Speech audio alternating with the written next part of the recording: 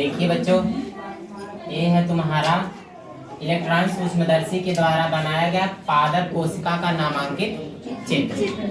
इसमें देखेंगे ये नामांकित चित्र है।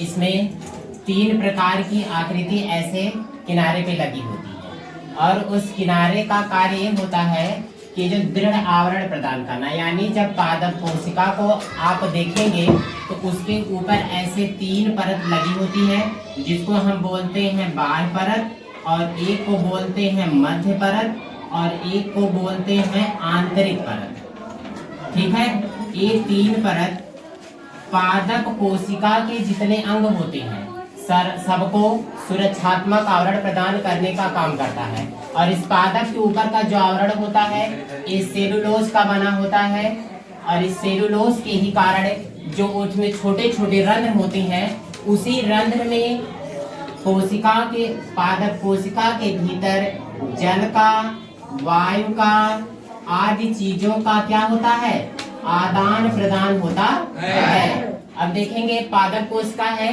इसकी खोज सर्वप्रथम मैटियस स्लेडन नामक वैज्ञानिक ने 1839 ईस्वी में की, और इसे में एक महत्वपूर्ण अंग पाया जाता है जिसको हम कहते हैं माइटोकॉन्ड्रिया।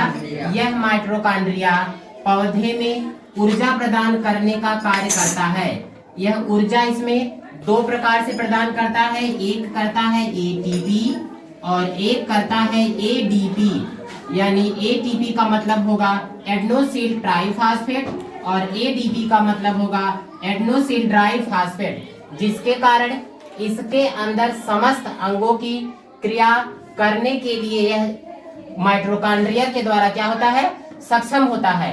इसमें देखेंगे एक महत्वपूर्ण अंग पाया जाता है रिक्तिका, जिसमें सभी द्रव भरे होते हैं, जिसे हम कहते हैं कोशिका द्रव।